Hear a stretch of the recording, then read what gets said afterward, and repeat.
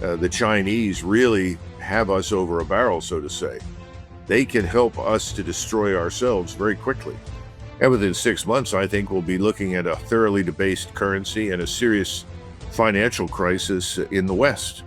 We breached the limits of immigration back in the 1960s. And then once you get to the point where Mr. Obama becomes president, he told everybody, well, you don't have to really be an American. If you want to come here, you can set up your own little estates. You can set up your own little islands. And you can be whatever you want to be and still be an American. Well, Oliver, that's a disaster. If an American is everything and anything, it's nothing. That's where we are now. This is the greatest danger of all. We're behaving very, very badly. We're playing, although we don't admit it publicly, a weak hand. We're going to have to face these things. We will confront them. And as I say, some of this will be violent. I think we've reached the point of no return. We cannot peacefully solve everything. Welcome to GB News Originals. My guest is Colonel Douglas Macgregor, defence and foreign policy analyst. He'll be a familiar face to people viewing GB News. Thank you very much for making more time for me. Oh, happy to be here. In a piece to camera this week, I asked myself the question, I suppose, is America in control or out of control?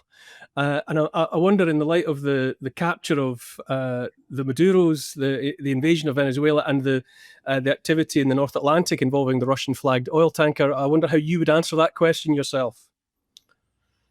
Well, I would remind everybody that we have historically disregarded anything that you might call international law whenever it suited us to do so. I think what has now happened is that President Trump, who rather enjoys engaging in this sort of gangster-like behavior, is simply told the world, and the rest of Washington is eager to jump on board with him to tell the world, but look, we're the biggest animal in the jungle, and the jungle is a law unto itself, and we're going to do pretty much whatever we want to. Well, Venezuela is the jungle. That's right. Are they really going to play it out in real time to see if they really are the lion in a real jungle? Well, I think that what happens in Venezuela is open to debate at this point. President Trump got the optics that he wanted. He wanted to demonstrate our military supremacy.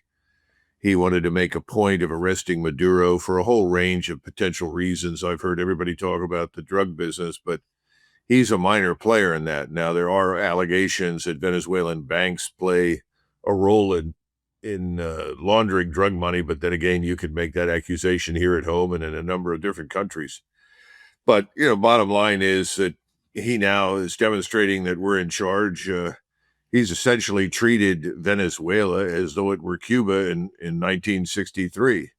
That is, that it presents a serious threat to the United States when it doesn't. People forget that this word quarantine, which just Secretary of State Rubio used very recently in his discussions about Venezuela, was used by President Kennedy with regard to Cuba. But we forget that at the time, there were theater ballistic missiles with nuclear warheads on the ground in Cuba. So Cuba very definitely was sponsoring a serious threat to the national security of the United States. That's not really the case in Venezuela. Then you have the argument that somehow or another what we're doing there is going to harm China, and we're sending a signal to China and Russia and everybody else that we're in charge in the Western Hemisphere. Well, China is a global commercial business entity, very powerful. China isn't going to fight over Venezuela, and it can get pretty much whatever it needs from any other number of places. And as far as the Russians are concerned, I think the Russians are now saying that what we did to them on the high seas is effectively a breach of all not just international law, but international conduct. And they see it as a deliberate lie to justify piracy, that somehow or another this was a stateless vessel when in fact it was legitimately registered to the Russians. So, that's a dangerous escalation of military and political tensions at a point in time where, frankly, most of us thought that President Trump was interested in finding a way to normalize relations with Moscow. So if you're sitting in Moscow or Beijing at this point, you look at our behavior and you say, America is reckless. America is a danger to all of us because America knows no law higher than itself. Now, is that President Trump's desired message? I don't know. But as far as everyone else is concerned, that's the message. I've listened to a lot of U.S. news anchors, talking heads of various stripes, loudly and proudly declaring that there never was international law, and that it doesn't matter. There is no such thing as a rules-based order. It's just about the exercise of state power. Always has been, always will be. Which you could make a strong case that has always been true to say, but having dropped the mask so obviously and being seen to be above and beyond any kind of concept of international law, what message is Washington, if not Trump? What is Washington saying to the world, especially when Trump, who campaigned as a peace president, is appearing alongside the likes of Lindsey Graham, who's probably, well, he could easily be described as the most bellicose senator a person might wish to meet. So what's the message? If the mask is off and there is no rules-based order and there is no international law, where are we? I think on one level, President Trump has been trying to send the message to the Europeans that they have to take responsibility for their own self-defense. I know from personal conversation with him, he felt strongly about that in 2020. Now, how do you go about that? How do you Europeanize NATO? How do you come up with a plan to execute that? I think he's thrown that away because he knows that the globalist leaders in Europe are permanently committed to any strategy that ties us down permanently in Europe and pits us against Russia. He's not really interested in being tied down in Europe. And now he doesn't seem to have thought carefully about the consequences for our relations with Russia based on his actions in the North Sea. That's dangerous because ultimately the rest of the world reaches the conclusion that if you're going to stop the United States from doing something, you're going to have to build an alliance against us. Now, I think in some terms, certainly financially and economically, that alliance already exists and is growing. It's called BRICS. And I think that initially that's exactly how the Chinese, the Russians, and other BRICS members are going to respond to us. The Chinese really have us over a barrel, so to say. They can help us to destroy ourselves very quickly. They can hasten the decline and destruction of the dollar. Now, we're already planning to do that by debasing the currency. Trump has now announced a $1.5 trillion defense budget, or I guess we're calling it the war budget. It's a waste of money, first of all. We don't even know where the money has gone in the last 30 years of defense budgets as it is. It's not going to buy us a greater military power, contrary to popular belief, but at least in his mind, I think he thinks it will. It will, however, debase our currency because you've got to create more currency out of thin air.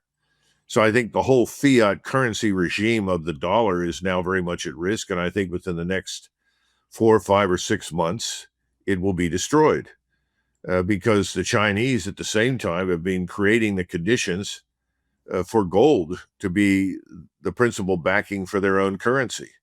Now, they haven't set out to make this happen quickly, but now, given our behavior, I think they will accelerate it. You have a gold vault in Riyadh, you have a gold vault in Hong Kong, and increasingly, Saudi Arabia, the Emirates are doing business with China in terms of oil and gas in yuan, not dollars. So I think the petrodollar is doomed. And I think the dollar is the base current as a fiat currency that is dominating the West is doomed. This thing called SIPS, which is a substitute for our own dollar exchange mechanism, is increasingly being used by the rest of the world to avoid doing business in our dollars. I think all of these bad signs for us are now going to be accelerated.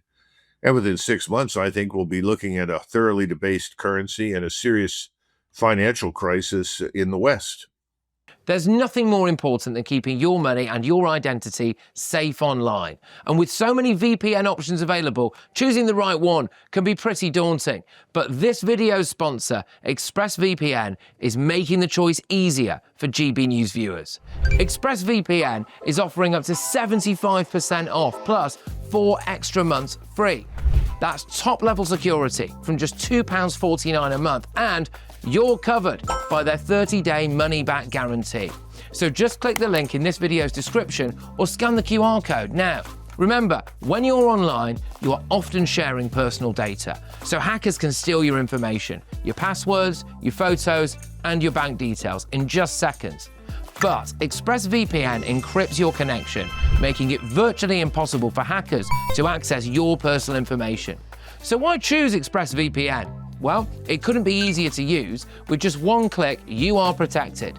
And ExpressVPN uses military-grade AES 256 encryption, which is the same standard trusted by the US government to guard their classified information. With their new tiered plans, you can protect up to 14 devices at once and manage passwords securely. Live chat support is available 24/7, and it typically connects you in under a minute with a real person. Click the link in this video's description or scan the QR code to get up to 75% off ExpressVPN, plus 4 months extra for free. Start protecting yourself today with ExpressVPN. I listen to the talking heads who are putting the American case at the moment, the US case in the moment, in the aftermath of whatever it is that happened in Venezuela and the seizure of the tankers. And then in preparing to talk to you this evening, I listened to, amongst others, Apti Alaudinov, the Chechen Russian National Guard, a senior military figure. He was certainly speaking on behalf of the Russian Federation. The words, I suppose, that came out of his mouth could readily have come out of Putin's own mouth. And in any event, he was a very credible voice in that context. And what I was struck by was where there's this recklessness, this crass, bellicose tone to everything that seems to come from the US side. I listened to Alaudinov, and on the contrary, in flawless Russian, he sounded, he had gravitas, he was calm. Apart from anything that he said, it was his tone of moral high ground, and simply expressing that this kind of behavior ought not to be tolerated and would not be tolerated. And there seems to be a chasm of credibility between what you hear coming out of the other side. It was the same in relation to Ukraine. This shrill tone that comes out of the Hill it does not serve the US well, I wouldn't have thought, when you watch the two side by side. Well, I think that's the understatement of the world. And that's unusual for a Scotsman. You're understating things even more than the English do. I think that Alaudinov, and by the way, he's a very important figure, far more important than his simple command of Akhmat. He represents the unity of the Russian state, because remember, he's effectively Chechen aristocracy. And in Chechnya, he wields tremendous axe and tremendous influence. And he has clearly placed the Muslim population of Russia, which numbers close to 20 million, behind Putin. He's made it very clear that they are aligned with the Russian Orthodox Church and the Russian state, and they will fight to the bitter end for Russia. And he's extremely popular inside Russia, not just among Chechens, but among Russians. I think Alaudinov has also got a lot of influence in Central Asia. He has influence in Syria, influence in Turkey, influence across the Muslim world. So when he speaks, we Americans ought to listen carefully. And we won't. We're not. Remember that Putin is also trained as a lawyer. He has a legal background. He thinks in those terms. And I think he's tried very hard to pull Russia out of the Stalinist communist era of lawlessness and widespread corruption. Now, he knows that Russia is by no means perfect, but compared with a place like Ukraine, it's a pristine legal paradise. And he's very frustrated with the unwillingness of the West to recognize that. So I think what Aludanov said was entirely right, but we've got to understand that everything that we do is demonstrating a couple of things beyond what we say publicly. Number one, that we are not going to go quietly into the good night. We want to be the superpower. We don't like the idea of essentially equality with China, equality with Russia, or equality with anyone. And we are not going to tolerate a diminishment of our national power. Unfortunately, we are equating our national power increasingly with military power. Now, on one level, that's an illusion. Like the British Empire at its height, we're primarily an aerospace and a maritime power. We are not a land power outside of the United States, outside of the Western Hemisphere. But, he's taking the position that while we maintain our military power, we are unassailable. Remember that Britain went to war in 1914, not because it was threatened by Germany in any way, but because it perceived Germany as this rising power with almost as much economic influence and scientific industrial power as the United States. That was something that Britain would not tolerate. So the British spent 2 world wars trying to destroy Germany. They succeeded in destroying themselves, and we're doing the same thing. Britain ultimately mortgaged everything to debt, and that debt was owed to us. So in 1947, when Britain's debt to GDP ratio reached 240%, Britain did something that they would never have ever done voluntarily, which was leave India. India was the principal source of British wealth and power.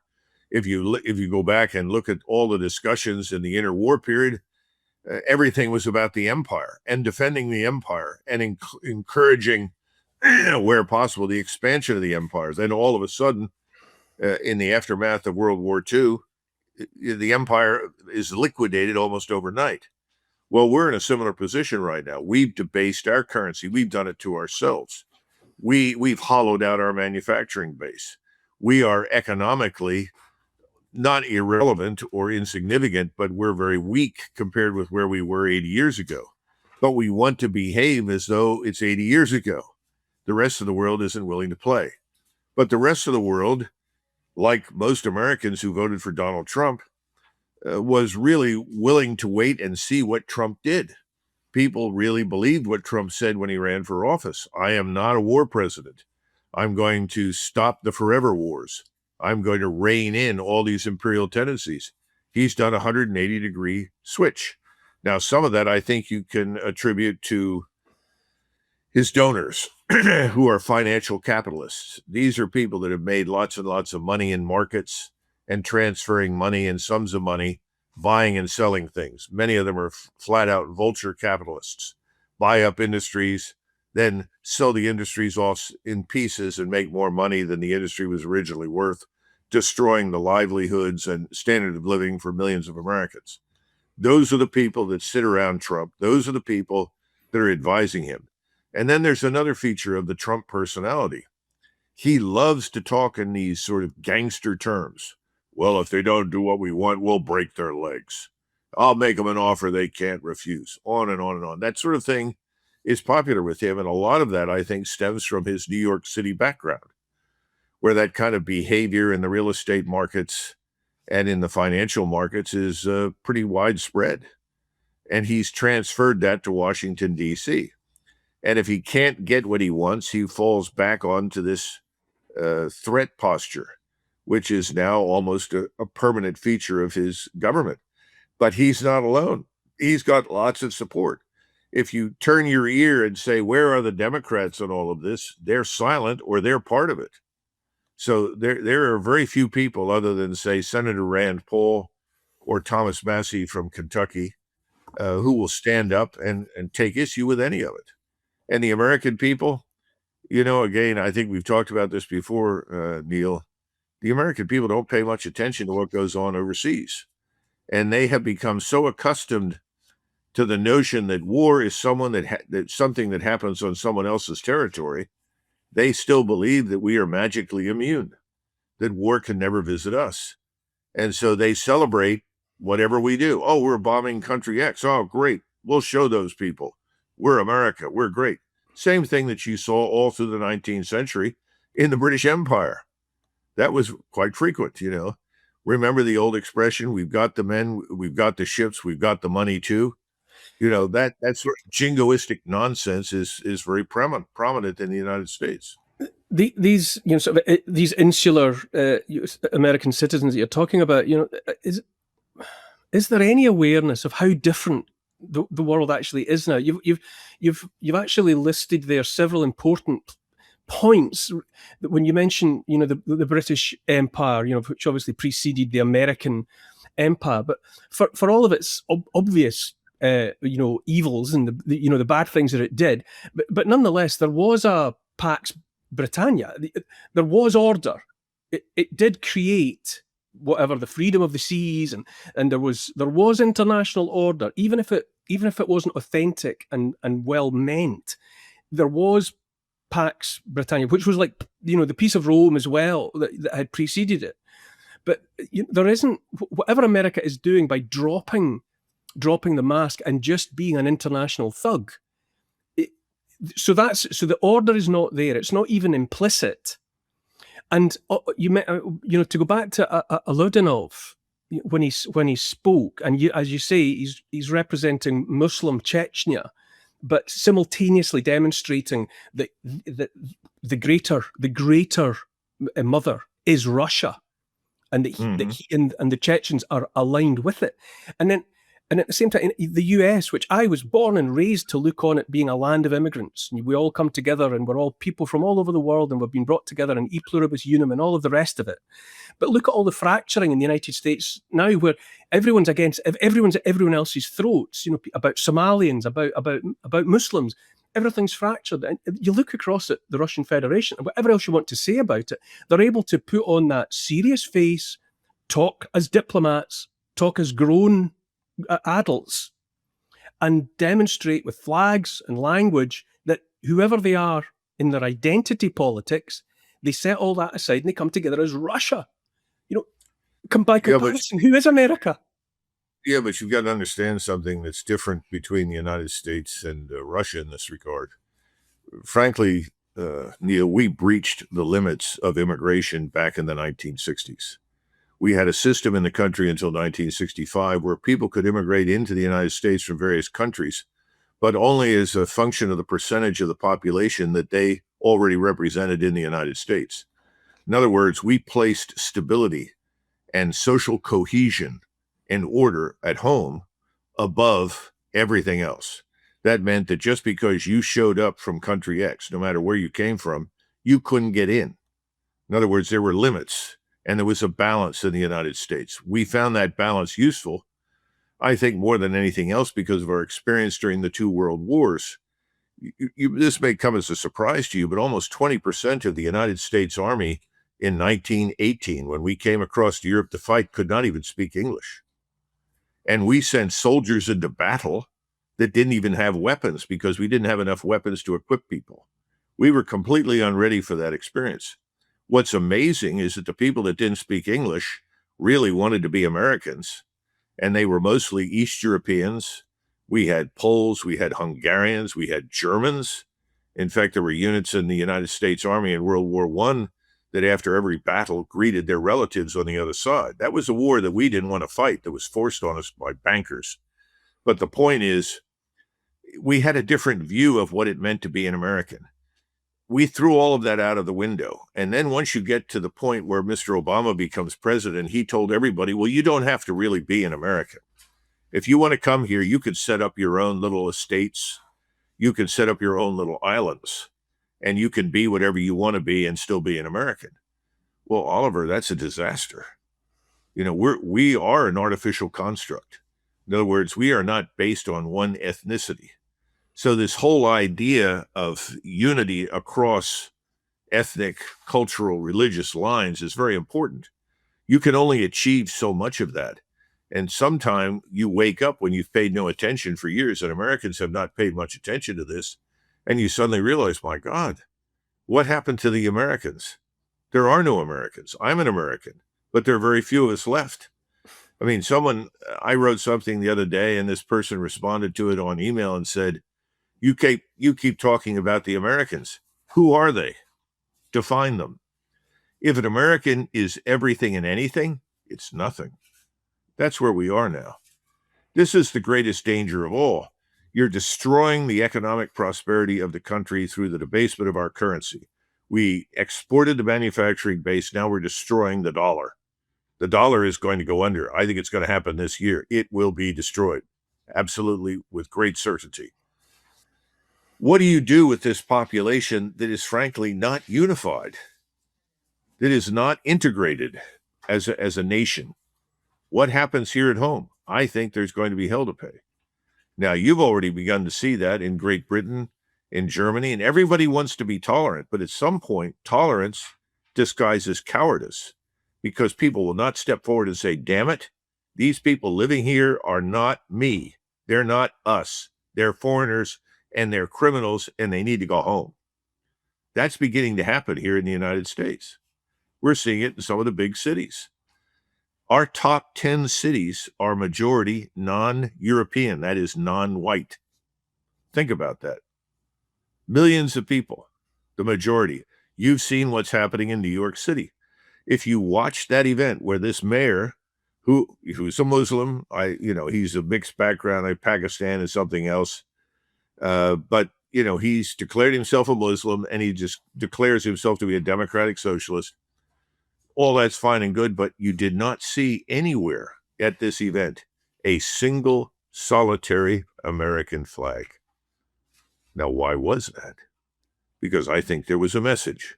As far as we're concerned here in New York City, America is over.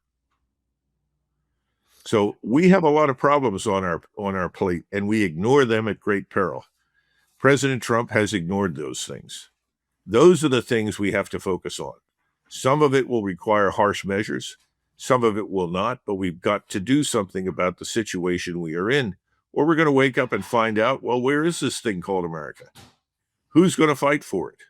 What do you want us to do? These are important questions. Nobody wants to go there, Neil, because they're afraid of the answers. I mean, no one listens to the statements that used to be recited that became cliches. A house divided against itself cannot stand. And he that troubleth himself shall inherit the wind. What you've just elucidated about the situation in the United States of America is obviously true in Britain. Britain has gone through a faster and bigger demographic change than any other country in the modern world, in modern history. The rate of change and the scale of change in Britain, whether you just looking on at it objectively, that is true to say. So you say, what is an American? Who are the Americans? Where are they? And likewise, you say, well, what is Britain? Before you get into who you like and who you don't like, it still begs the question: what is Britain?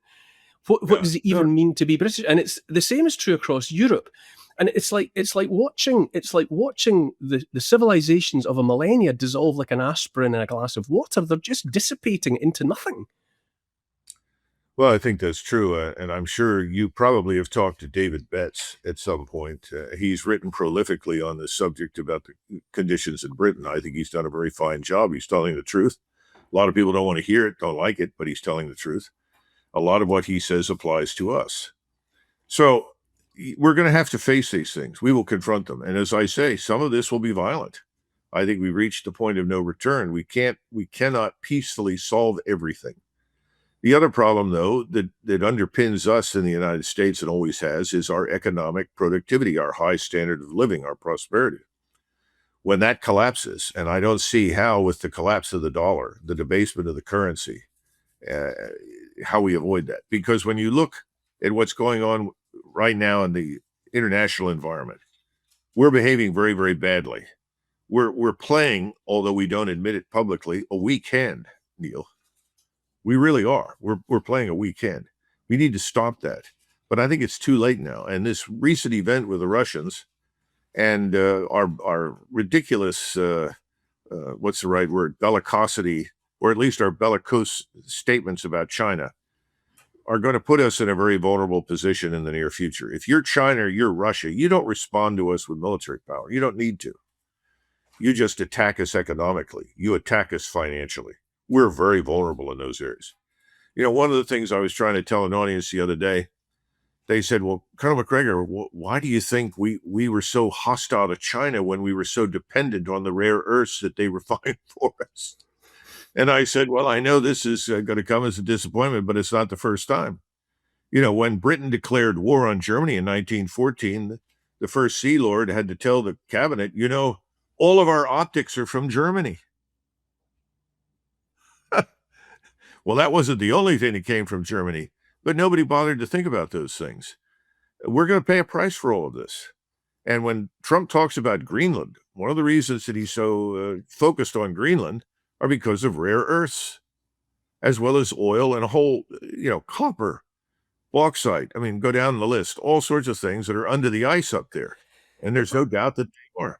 The problem of the modern world, really, the new reality is that, courtesy of the internet and social media and all of the rest of it, everyone is, if they want to, can be made aware of the reality of situations instantly.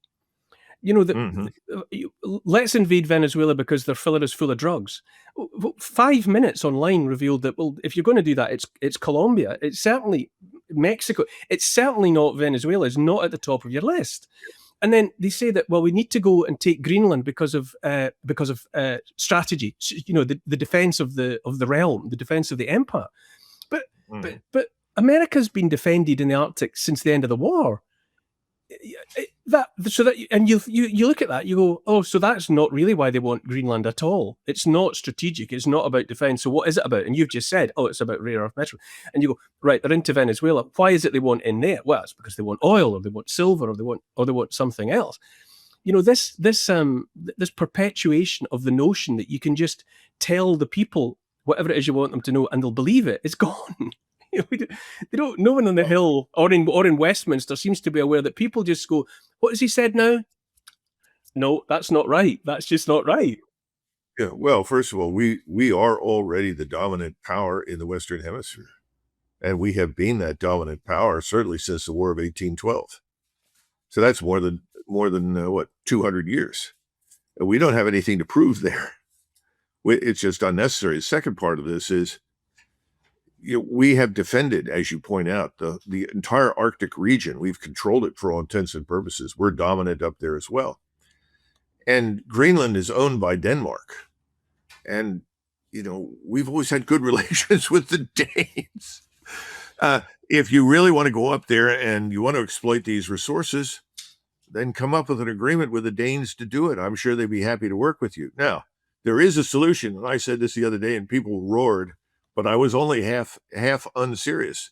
Let's trade Puerto Rico for Greenland.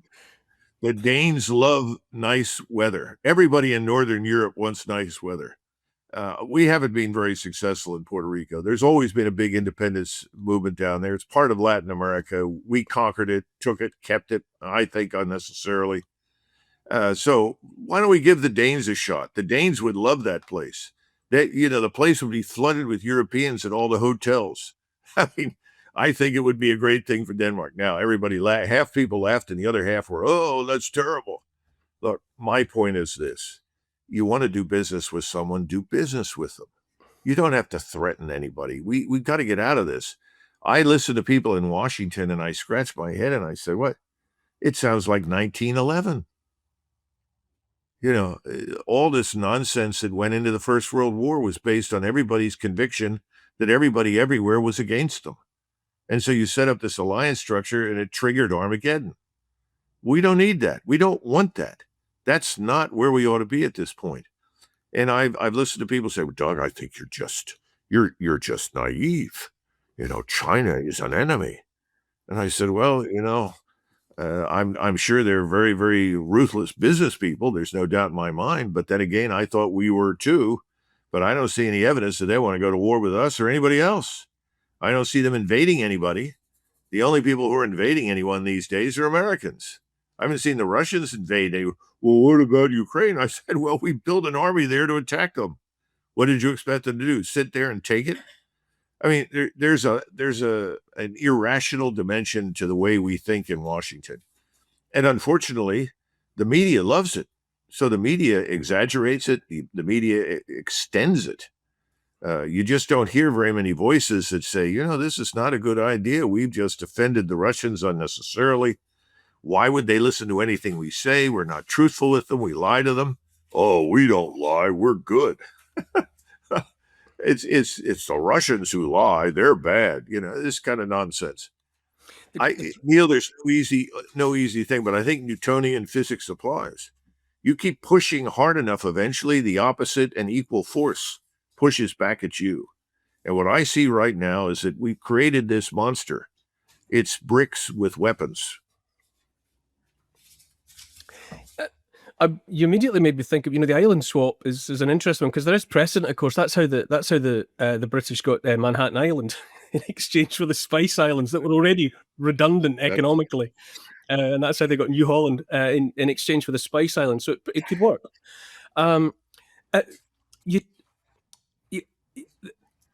With America behaving the way that it is, I was raised to think of, we all were, to think of the US as the global policeman, and now it's behaving like the global thug. Right. But if there isn't, and arguably never was, international law, surely concepts like NATO, never mind the United Nations, are exposed as utterly redundant. I mean, we all know that if China was to move on Taiwan, the UN would do precisely nothing, in the same way that they do nothing in response to everything that ever happens anywhere, in meaningful terms. But so, where does this kind of where does this honesty, where we go, yeah, it's true, there's no international law, we just do what we want because we've got enough guns and we've got enough money to do it, and that's just the way it is, so, like it or lump it. What then falls? Well, everything you were describing, Neil, coincides with another reality, and that is that 80 years have passed since the end of the Second World War, and the world that emerged in the aftermath of the Second World War is collapsing. In fact, it's largely disintegrated. All of the institutions have reached block obsolescence. Our own Constitution, and everybody worships at the altar of the Constitution, but if you look at it, it was written by men in 1787 for a nation of 2 to 3 million. And all those institutions were imported directly from Great Britain. There was nothing new or original. And when you read the Constitution, you could have seen the same institutions in Massachusetts, Virginia, or South Carolina. Now, everybody at the time, I think it was, last time I looked, 92% white, 92% Protestant, 90% or 85% British, with a sprinkling of Swedes, Germans, Dutchmen, and Frenchmen. I think we've changed. We're a different population. I'm not saying that's bad. I'm simply saying it's a reality. So we need to re-examine what we're doing. I once spent time with a delegation of generals from the Chinese People's Liberation Army. The leader of the delegation was the director of the National Defense University in Beijing. And I had some very wonderful conversations. This is back in 2000. And he said, we can't govern China the way we do it today. It's too big. We're going to have to do things differently. We're going to have to set up a directorate in Beijing. We're going to have to recognize greater autonomy at lower levels, but we still want to hold the nation together. And there's a lot of tension in that. We don't have all the answers. I said, I think we have the same problem. 50 states? 50 states made sense 100, 150 years ago, but not today. We need to look at the nation regionally. We need to decide where the competitive advantage is economically for one region versus another. We have to find a new way to divert resources and money and investment and capital into the places they need to go. We need to find ways for populations that are living in an area where there's nothing for them to move to an area where there is. All of this is desperately needed. So we're at the end of an era, not just 80 years, we're also at the end of 250. And if you want to be fair about it, it's really 450, because we were founded in fundamental terms in the early 1600s. And we were a nation when we became independent. We already were. That's what Edmund Burke said, and many others recognize that in Great Britain. All right, so we're at the end of a 450-year cycle, a 250-year cycle, and an 80-year cycle. Instead of running around the world and threatening everybody, we should be looking for a different way forward. And in the Arctic, for instance, one of the things that we should do is that we should have a treaty that we begin to work on. It'll take us a few years to negotiate it with everyone who has an interest in the Arctic, who is adjacent to it, who borders it. What we don't need to do is invest heavily in defending it against everybody, waste a lot of money on armaments and munitions. Let's find a way to avoid that. The Russians have already begun fortifying themselves because that's their nature. They have a history where if they don't fortify, somebody marches in and invades them. They're flat, open borders. But we don't want to do that. So where is the leadership for a treaty that can avoid conflict and unnecessary investment in military power so that these mineral deposits and resources and other things can be managed effectively and everybody benefits? Why don't we have, Mr. Trump wants the Nobel Peace Prize. He runs around and says, well, I've stopped all these wars. I kind of think the Nobel Peace Prize is out of the consideration, boss. But there is a way forward for him to earn that. And that is to say, all of us who are nuclear powers, we need to have a meeting and sign up for no first use. Very simply, we will not use nuclear weapons first in any conflict. If you can get the Russians, the Chinese, the Americans, the British, the French, and probably Israel, although I doubt that they would ever do it, but get us into a room. Let's all agree we're not going to use these nuclear weapons in a first strike against anybody else. That would be a huge achievement. The Chinese already said that. Well, why not do it? These are things that make sense, that are in the interest of the world, of the planet, of everybody who lives here. But I don't hear anybody willing to discuss it.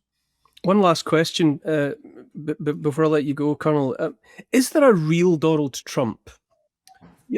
Clearly, he campaigned as well. We all know how he campaigned. The things that he said he was going to do. The documents he said he was going to release, the wars he said he was going to stop, and so on and so on. And then you talk about how he, on the other hand, he likes to use the gangster Godfather language about breaking legs and making irrefutable offers and so on and so on. And you would have thought that for a while he had blue water between himself and the Bush dynasty and the Obamas and the Clintons and Joe Biden, because he was able to hold himself off and say, I didn't start any of these wars. I haven't started any wars. But now he's in it up to his knees in blood and guts. And what you talk about there, the kind of leadership that's required to, let's say, to have an Arctic treaty. Is there a real Donald Trump, or is he just the guy off The Apprentice? I think that President Trump, to win a return to the White House in 2024, mortgaged his presidency to very wealthy billionaires with a great deal of money. And his presidency now depends upon them. So there are certain limits or guardrails for where he can and cannot go that are dictated by the people that donated to his campaign and secured victory for him. That's number one. Number two, he is schizophrenic. On the one hand, he declares himself to be the peace presidency, and I think he was quite sincere about that.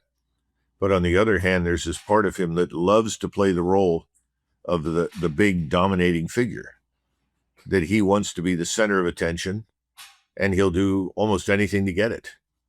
And so he sees a lot of these things with the use of our military power as low risk. Venezuela is low risk. Greenland is low risk. He's kind of washed his hands of Ukraine because he could not transform that into a big win for Donald Trump. And so he said, well, if the Europeans want to do this, let them do it. He's never liked NATO. I know that personally. I, by the way, never liked it very much either. I thought that it should have been Europeanized back in the 90s. I thought we should have said, listen, we've been here long enough. We Americans need to go home. Boy, you can't imagine the reception that got from people at high levels. But for those of us who were majors, lieutenant colonels, most of us agreed, yeah, we ought to get out of here. I mean, that was true in the German army. That was true for the French. Everybody kind of said, yeah, it's over. So let's do something different. Well, nobody would. Now he's there and he's at the top of the power structure. I think he enjoys that very much. I think he enjoys the posturing. I think he enjoys holding a baseball bat over people's heads. I mean, I do. I think he does. It's not a bad person, but I think that kind of power is inebriating. And so there's a temptation to use it in ways that he thinks are low risk. But he's got this problem. It's all financial and economic in the United States. And that's the collapse of the dollar, the debasement of our currency, the destruction of our financial system, and our flagging economy. That's the big break on everything that he wants to do. And that's going to hit us very hard this year. Once again, Conor Macgregor, it's been an education to listen to you. I'm always delighted to spend some time in your company.